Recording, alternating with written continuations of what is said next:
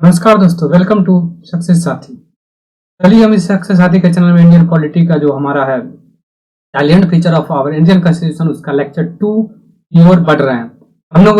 हम लोगों ने लेक्चर 1 में दो फीचर्स के बारे में डिस्कस किया था और उसको डिटेल से देखे थे। हम नेक्स्ट फीचर्स की बात करेंगे, तो चलिए शुरुआत करते हैं अपने नेक्स्ट फीचर्स की तरफ एक शानदार शुरुआत के साथ। चलिए देखते हैं अपने नेक्स्ट अगले फीचर्स को। अगला फीचर्स है वो है हमारे पास जो हमारा इंडियन कॉन्स्टिट्यूशन है वो है blend of rigidity and flexibility. अब बात करते हैं कि रिजिडिटी मतलब क्या होता है। रिजिडिटी मतलब कि जिसको तोड़ नहीं सके, बहुत ही मजबूत। फ्लेक्सिबिलिटी मतलब लचीलापन। अब देखे होइएगा कि रिजिडिटी होती है, जो रिजिड होता है वो जल्दी टूट जाता है, क्योंकि वो भले ही ज्यादा फोर्स कर सके, मतलब कि ज्यादा वो देर तक टिक सके, ज्यादा कैरी कर सके, लेकिन फाइनली वो टूट जाता है। लेकिन फ्लेक्सिबल क्या होता है कि वो जल्दी टूटता नहीं। तो हमारा कॉन्स्टिट्यूशन दोनों है, रिजिडिटी भी एकदम सख्त भी है और थोड़ा लचीलापन भी है हमारे कॉन्स्टिट्यूशन में। बात करते हैं कि कैसा लचीलापन है, कैसा सख्त है, ऐसा क्या कारण है कि हमारा दोनों बोल सकते हैं कि दोनों है। चलिए बात करते हैं कि अमेंडमेंट पे हम बात करते हैं कि हमारा कॉन्स्टिट्यूशन में बदलाव किए जा सकते हैं। बिल्कुल किए जा सकते हैं। हमारे कॉन्स्टिट्यूशन में किसी भी आर्टिकल को हटाया जा सकता है, किसी भी आर्टिकल को जोड़ा जा सकता है, किसी भी आर्टिकल को में कुछ बदलाव किए जा सकते हैं। ये सारा काम हो सकता है और ये जो सारा काम प्रोवाइड करता है वो आर्टिकल 368, आर्टिकल हमारा 368 है, उसके अंतर्गत हम लोग ये आराम से कर सकते हैं। लेकिन हम बात करते हैं यूएसए के रिस्पेक्टिव में, तो यूएसए का जो है ना वहाँ अमेंडमेंट का कंडीशन बहुत ही इतना सख्त है कि मत पूछिए। इतना सख्त है कि वहां अभी तक 50 भी अमेंडमेंट नहीं हो पाए। सबसे पुराना कॉन्स्टिट्यूशन होने के बावजूद सोच रहे होंगे 1773 मतलब कब वो यूएसए बना, मतलब कि अंग्रेजों से आजाद हुआ, उसके बाद वहां पे सारा बने, संविधान बने, सबसे फर्स्ट संविधान बना, सबसे फर्स्ट डेमोक्रेसी है, सबसे पुराना डेमोक्रेसी है। उसके बावजूद वहां पे 50 अमेंडमेंट भी नहीं हो पाए। लेकिन इंडिया में बात करें, देखिए आप 100 प्लस अमेंडमेंट हो चुके हैं। 105 से 106 तो आराम से चल रहा है, उससे ज्यादा ही हो गया। तो ये सब क्या कारण है? ये हमारा एक है यूके में तो अमेंडमेंट होते ही रहते हैं, वहां तो अमेंडमेंट का कोई टेंशन ही नहीं है। तो वहाँ यूके का जो है कॉन्स्टिट्यूशन वो बहुत ही फ्लेक्सिबल है, और जो इंडिया का कॉन्स्टिट्यूशन है वो ना फ्लेक्सिबल है ना रिजिड है। लेकिन यूएसए का कॉन्स्टिट्यूशन बहुत ही फ्लेक्सिबल है, बहुत ही रिजिड है, सॉरी बहुत ही रिजिड कॉन्स्टिट्यूशन है यूएसए का। चलिए हम अपने कॉन्स्टिट्यूशन की तरफ आते हैं कि हमारा कॉन्स्टिट्यूशन ऐसी क्या बात है जो दोनों बनाता है। तो आर्टिकल 368 के अंतर्गत हमें अमेंडमेंट का प्रोविजंस है हमारे कॉन्स्टिट्यूशन में।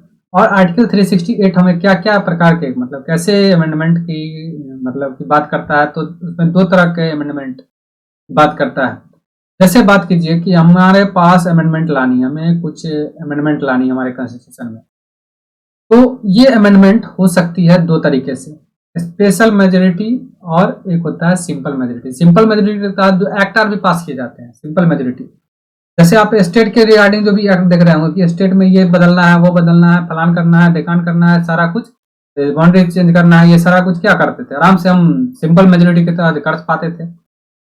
लेकिन अगर वही बात करते हैं जब स्टेट को सौंपना है, कोई भी हमारे कंट्री के एरिया को दूसरे एरिया देश को सौंपना है, जैसे बांग्लादेश के बीच हम लोगों ने ट्रांजेक्शन किया था इनक्लेव का, तो इसके रिगार्डिंग क्या होता है, 2015 में हमको अमेंडमेंट लानी पड़ी थी अपने कॉन्स्टिट्यूशन में, और ये अमेंडमेंट आ गई यही 368 आर्टिकल के तहत। और 368 आर्टिकल के तहत दो प्रकार की जो मेजोरिटी की बात करती है वो है अमेंडमेंट का, इस दोनों के जरिए ही अमेंडमेंट ला सकते हैं। लेकिन अगर मान के चलिए कोई एक्ट पास करना है जो कि सिंपल मेजोरिटी के जरिए पास होता है, कोई एक्ट स्पेशल मेजोरिटी के जरिए पास होता है, तो सिंपल मेजोरिटी वाला एक्ट तो सिंपल जो पार्लियामेंट का टोटल स्ट्रेंथ है उसका 50% से अब चाहिए, 60%, इस तरह से प्रावधान में हमारा बनाए गए हमारे कॉन्स्टिट्यूशन में। तो हम अमेंडमेंट की बात करते हैं, 368 की केवल बात करेंगे। 368 में क्या क्या प्रोविजंस है, तो 368 में दो प्रकार के प्रोविजंस दिए गए हैं कि फर्स्ट की जो हमारा जो पार्लियामेंट है उसमें कितने स्ट्रेंथ है, हमारे पार्लियामेंट में जो भी स्ट्रेंथ है उसका सबसे फर्स्ट, अगर कोई अमेंडमेंट हमें लानी है कॉन्स्टिट्यूशन में, तो सबसे फर्स्ट प्रेजेंट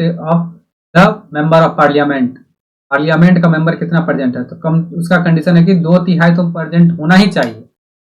अगर मान के चलिए टोटल स्ट्रेंथ 300 है हमारे पार्लियामेंट का, तो 200 मेंबर उसमें प्रेजेंट होना ही चाहिए, उसके बाद ही बात बनेगी, जो भी है आगे का काम होगा। अगर उतना मेंबर प्रेजेंट हो गया तब प्रेजेंट की जाएगी वो अमेंडमेंट। अगर वो अमेंडमेंट पर 50%, मतलब कि 200 अगर है, 300 टोटल पार्लियामेंट का स्ट्रेंथ है, 200% है, 200 में अगर 101 वोट आ गए in the favour of amendment, तब वो अमेंडमेंट होगी। फर्स्ट, ये इस तरह का अमेंडमेंट हम ला सकते हैं। अब बात करते हैं कि एक दूसरे तरह का अमेंडमेंट होता है। तो दूसरे तरह के अमेंडमेंट में क्या होता है कि जो फर्स्ट वाला कंडीशन है वो तो अप्लाई होगा ही, प्लस में एक और चाहिए कि ratification of half of the total state. जो हमारे कंट्री में जितने भी स्टेट है उसमें से 50% से ज्यादा स्टेट, अगर 28 स्टेट है तो 15 स्टेट का रेटिफिकेशन चाहिए, 29 स्टेट है तब पर ही 15 स्टेट का रेटिफिकेशन चाहिए for the passing of any amendment.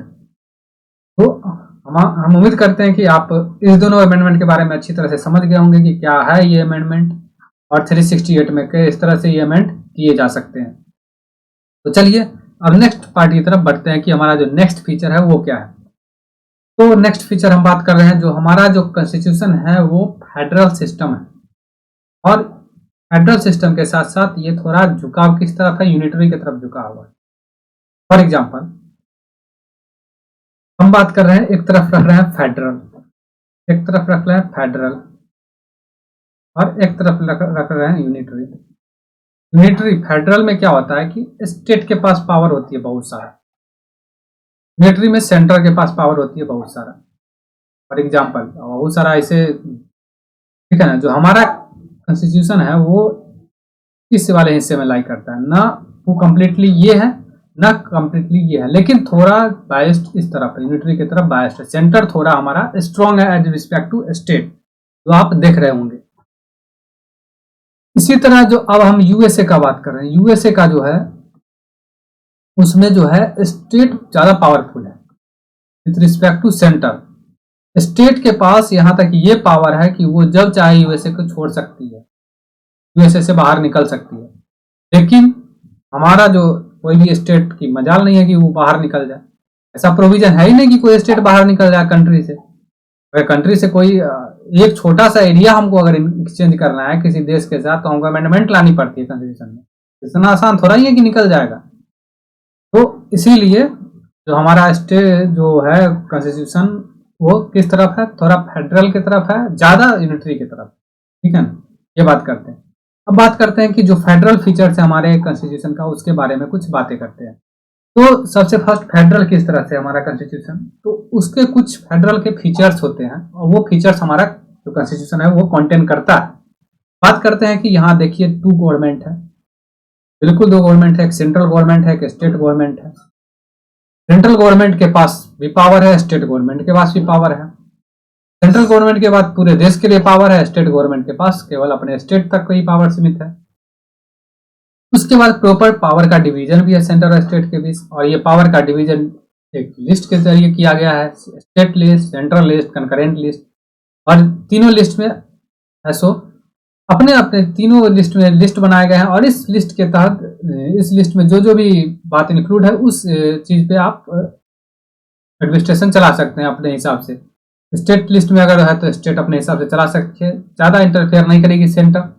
लेकिन हाँ, बात कुछ अगर आ गई कि सेंटर को भी अगर उस स्टेट से कुछ जो सब्जेक्ट पे कानून बनाई है उस सब्जेक्ट पे सेंटर भी कानून बनाना चाहती है, वो लगता है ऐसा कि बनाना जरूरी है तो बनाएगी, और लेकिन जो होगा वो स्टेट का उस समय जो है सो कानून बनाया हुआ अगर पास हो गई सेंटर के पास, तो स्टेट जो सब्जेक्ट पर कानून बनाए हुए हैं वो निरस्त हो जाएगी, मतलब उसका कोई मीनिंग नहीं रह जाएगा, वो जो अप्लाई होगा वो सेंटर वाला होगा। तो ये अलग बात है, सेंटर को स्ट्रॉन्ग इसी तरह से किया गया है कि पावर ज्यादा सेंटर को दी गई है विथ रिगार्डिंग टू वही कंकरेंट में बात करते हैं कि सेम सब्जेक्ट पर अगर स्टेट भी बनाता है और सेंटर भी बनाता है तो सेंटर वाला वैल्यू होगा, स्टेट वाला वैल्यू नहीं होगा।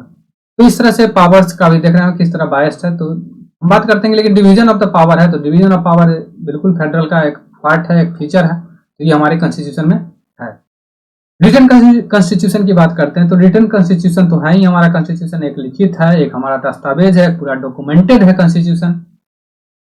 तो ये एक रिटन कॉन्स्टिट्यूशन का है ही, हर चीज लिखा हुआ है, एक एक चीज लिखी हुई है हमारे कॉन्स्टिट्यूशन में। बात करते हैं कि सुप्रीमेसी ऑफ कॉन्स्टिट्यूशन, कॉन्स्टिट्यूशन से बड़ा कोई नहीं, हमारे देश में बोला ही जाता है कॉन्स्टिट्यूशन से बड़ा कोई नहीं। इवन जो कॉन्स्टिट्यूशन के सबसे फर्स्ट पर्सन बोले जाते हैं, जो हमारे देश के सबसे फर्स्ट पर्सन है प्रेसिडेंट, वो भी कॉन्स्टिट्यूशन से बने नहीं, वो भी कॉन्स्टिट्यूशन के दायरे में ही रहते हैं, उनका काम भी कॉन्स्टिट्यूशन के दायरे में ही करना है। चाहे आप कुछ भी ले लो, बड़े बड़े कारपोरेट्स ले लो, उनको भी वर्क करना है कॉन्स्टिट्यूशन के दायरे में। गवर्नमेंट ले लो, सुप्रीम कोर्ट ले लो, सुप्रीम कोर्ट का जजेज ले लो, एनीथिंग, बड़े बड़े प्राइम मिनिस्टर ले लो, मतलब जो बड़े बड़े पोस्ट है वो सारे ले लो, उनको कॉन्स्टिट्यूशन के अंदर में ही काम करना है। एक एक पब्लिक कॉन्स्टिट्यूशन के अंदर में ही है और कॉन्स्टिट्यूशन से बड़ा कोई नहीं। एक ही बात है, हमारे इंडिया में कॉन्स्टिट्यूशन से बड़ा कोई नहीं, और फेडरल में भी यही होता है, कॉन्स्टिट्यूशन से बड़ा कोई नहीं। ये फेडरल का एक पार्ट हो गया। कॉन्स्टिट्यूशन का रिजिडिटी, हाँ बिल्कुल, हमारा कॉन्स्टिट्यूशन रिजिड भी है, इतना आसान भी नहीं है कि अमेंडमेंट कर दोगे। अमेंडमेंट के लिए तो देख रहे हो क्या चक्कर सब है। इतना आसान है कि स्टेट रेटिफाई कर दे, सारा स्टेट मान जाए। इतना आसान है कि जो भी मेंबर ऑफ पार्लियामेंट है वो मेजोरिटी दे दे, वो हाँ कर दे। तो बड़ी ही मशक्कत करनी पड़ती है, बहुत ही उसमें बहस चलती है, बहुत ही उस पर डिटेल स्टेट भी सोचती है, सेंटर भी सोचती है, पूरा कंट्री सोचता है, तब जाके ऐसा अमेंडमेंट हो सकती है। आप सोच रहे होंगे कितना डिफिकल्ट है अमेंडमेंट करना। अब बात करते हैं इंडिपेंडेंट जुडिशरी के बारे में। हाँ, हमारा कॉन्स्टिट्यूशन बिल्कुल इंडिपेंडेंट है, इंडिपेंडेंट जुडिशरी सिस्टम है। अब बात करें होंगे कि जुडिशरी जो है वो सुप्रीम कोर्ट को बोला जाता है guardian of the Indian constitution. Indian constitution को का गार्जियन सुप्रीम कोर्ट है, और सुप्रीम कोर्ट के भी जो भी है, जजेज हो गए, एनीथिंग हो गए, तो वो बिल्कुल ही इंडिपेंडेंटली वर्क करते हैं। उन पर पार्लियामेंट रोक लगा सकती है, उनके डिसीजन को यहाँ तक पार्लियामेंट में भी डिस्कशन नहीं किया जाता जब तक वो टेन्योर में है। समझ रहे, इतना मतलब कि इंडिपेंडेंसी है। उसके अलावा अगर आप किसी कोर्ट के खिलाफ जाते हैं तो आप पर कंटेम्पमेंट ऑफ कोर्ट का चार्ज लगेगा, जैसे कुछ दिन पहले आप सुन रहे होंगे प्रशांत भूषण पे लगा था। तो जुडिशरी को भी इंडिपेंडेंट बनाने के लिए जुडिशरी के पास भी पावर दिए गए हैं, वो प्रोविजंस किए गए हैं। सबसे पास जुडिशरी का एक्सपेंडिचर, जुडिशरी जो भी खर्चा करती है वो कभी भी पार्लियामेंट में डिस्कस नहीं होगा। मान के चलिए जुडिशरी ने किया 100 करोड़ का खर्चा, तो पार्लियामेंट ये नहीं कह सकती है कि 100 करोड़ का खर्चा क्यों कर दी, ज्यादा खर्चा कर दी, हम 50 करोड़ ही देंगे। नहीं, बिल्कुल नहीं। ये सीधा जो भी खर्चा है वो सीधे जाएगा कंसोलिडेटेड फंड ऑफ इंडिया से डायरेक्ट जाएगा जुडिशरी को खर्च, और इस पर कोई डिस्कशन नहीं होगी कि इतना खर्च क्यों हुआ। तो देख रहे होंगे कि जुडिशरी के पास भी पावर दिए गए, इसको इंडिपेंडेंट बनाए रखने के लिए हर तरह के प्रावधान किए गए हैं कि ये इंडिपेंडेंटली वर्क कर सके, ये इंडिपेंडेंटली वॉच कर सके हमारे कॉन्स्टिट्यूशन को, हमारा कॉन्स्टिट्यूशन सही से वर्क कर रहा है या नहीं। तो एक जुडिशरी को भी एक इंडिपेंडेंट पावर दी गई है। अब बात करते हैं कि बाइकैमरलिज्म, हमारे कॉन्स्टिट्यूशन है उसमें बाइकैमरलिज्म की व्यवस्था की गई है, सेंटर पे भी है, स्टेट पे भी है। बाइकैमरलिज्म का मतलब होता है कि दो हाउसेस, तो हमारा पार्लियामेंट है, पार्लियामेंट 3 चीज से मिलकर बनती है, Lok Sabha, Rajya Sabha and president in the centre. State में बात करते हैं तो state legislative council, state legislative assembly और गवर्नर, इसको बोला जाता है पार्लियामेंट। अब देखिए पार्लियामेंट में दो है, एक अपर हाउस एक लोअर हाउस है। लोअर हाउस हो गया Lok Sabha at the central level, upper house Rajya Sabha. इसी तरह स्टेट में आते हैं lower house state legislative assembly, upper house state legislative council. तो ये सारा बात है। अब हम बात करेंगे कि ये बाइकैमरलिज्म की व्यवस्था की गई है, और देख रहे होंगे कि किस तरह से मतलब कि हमारा जो है कंटेंट की हुई है फेडरल सिस्टम। अब बात करते हैं कि हमारा कॉन्स्टिट्यूशन में यूनिटरी फीचर्स की भी बात करते हैं। यूनिटरी फीचर्स का सबसे फर्स्ट स्ट्रॉन्ग सेंटर, सेंटर को थोड़ा ज्यादा मजबूत बनाया गया है। आप देख रहे होंगे कि सेंटर के पास होती है डिफेंस, सेंटर के पास होती है पूरे फाइनेंस का पूरा, ठीक है ना। तो सेंटर को स्ट्रॉन्ग बनाया गया है, और कोई भी रिस्पेक्ट में अगर मान के चलिए जो लिखा हुआ है सब्जेक्ट बांटा गया है, state list, central list, concurrent list, लेकिन अगर इस तीनों लिस्ट में अगर सेंटर बनाना चाहे कानून तो बना सकती है और उसका कानून वैलिड होगा। अगर स्टेट का कानून उस सब्जेक्ट पे बना हुआ है लेकिन सेंटर बना दी उस सब्जेक्ट पे, तो स्टेट का वो जो बनाया हुआ एक्ट है, वो जो भी है उस सब्जेक्ट पर बनाया हुआ जो भी एक्ट है, लॉ है, सारा फेल हो जाएगा, वो अप्लाई होगा सेंटर वाला। तो सेंटर को इस तरह से स्ट्रॉन्ग बनाया गया है। उसके अलावा सिंगल कॉन्स्टिट्यूशन की व्यवस्था है। हमारा कॉन्स्टिट्यूशन सिंगल कॉन्स्टिट्यूशन है, स्टेट के लिए सेंटर के लिए एक ही कॉन्स्टिट्यूशन लिखा गया, इसीलिए तो लेंदी गया था, जिसमें हमने डिटेल से एनालिसिस बताया था, डिटेल से उस पर डिस्कशन किया था कि हमारा कॉन्स्टिट्यूशन जो सिंगल कॉन्स्टिट्यूशन की वजह से जो हमारा जो कॉन्स्टिट्यूशन तैयार किया गया वो centre as well as state के लिए तैयार किया गया, जिस वजह से हमारा लेंदी गया था।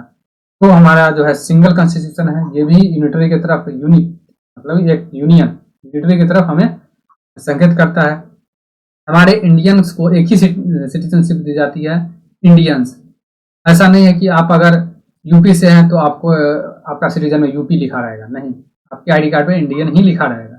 आप अगर विदेश में जाते हैं तो आपको इंडियन ही बुलाया जाएगा, ना कि स्टेट। आप अगर किसी दूसरे स्टेट में जाते हैं तो आपको आपका आइडेंटिफिकेशन कहीं नहीं होगा कि आप इस स्टेट से आए हो, आप इंडियन, सिंगल सिटीजनशिप इंडियन की व्यवस्था की। अगर आप दो सिटीजनशिप लेना चाहो, तो फॉर एग्जाम्पल हम लेना चाहते हैं कि इंडिया का भी सिटीजनशिप हो और जापान का भी हो, जो ही जापान का आप सिटीजनशिप लेंगे ऑटोमेटिकली इंडिया का सिटीजनशिप आपका कैंसिल हो जाएगा, क्योंकि इंडिया में एक ही सिटीजनशिप की व्यवस्था है और यहाँ पे केवल एक ही सिटीजनशिप कोई भी व्यक्ति की हो सकती है। अब बात करते हैं फ्लेक्सिबिलिटी ऑफ कॉन्स्टिट्यूशन। कॉन्स्टिट्यूशन में फ्लेक्सिबिलिटी भी है। देखिए बहुत सारे एक्ट है जो सिंपल मेजोरिटी जैसे स्टेट वाला था, और बहुत सारे एक्ट आते हैं, बहुत सारे सब्जेक्ट में एक्ट है जो 368 के अंतर्गत अमेंडमेंट नहीं है, सिंपल मेजोरिटी के तहत भी अमेंडमेंट किए जाते हैं। तो ये बहुत ही फ्लेक्सिबल बनाते हैं। आपका स्टेट का कुछ भी चेंज करना है, देखिए कितना आसान है, बहुत आसान है, कुछ नहीं करना है, बस सिंपल मेजोरिटी से ले आइए, आप एक्ट पास कर दीजिए, बना दीजिए स्टेट। देखने में कितना आसान है। इसी तरह बात करते हैं, हमारा जो जुडिशरी है वो इंटीग्रेटेड है। इंटीग्रेटेड का मतलब कि सब कनेक्टेड है, सब सुपरवाइज है एक दूसरे से। जैसे फॉर एग्जांपल सारा डिस्ट्रिक्ट एडमिनिस्ट्रेटर किया जाता है, देखरेख की जाती है हाई कोर्ट के द्वारा। स्टेट में जितने भी डिस्ट्रिक्ट हमारा जुडिशरी है, डिस्ट्रिक्ट कोर्ट है, वो सारा हैंडल किया जाता है हाई कोर्ट। हाई कोर्ट उस पर नजर रखती है, एक एक चीज को। कहीं कोई कोर्ट अपने दायरे से तो बाहर काम नहीं कर रहा है, कोई कोर्ट गलत फैसला तो नहीं दे दिया। देख रहे होंगे जो हमारा केस है, केसेस है, वो कभी चला जाता है डिस्ट्रिक्ट कोर्ट से हाई कोर्ट से फिर सुप्रीम कोर्ट।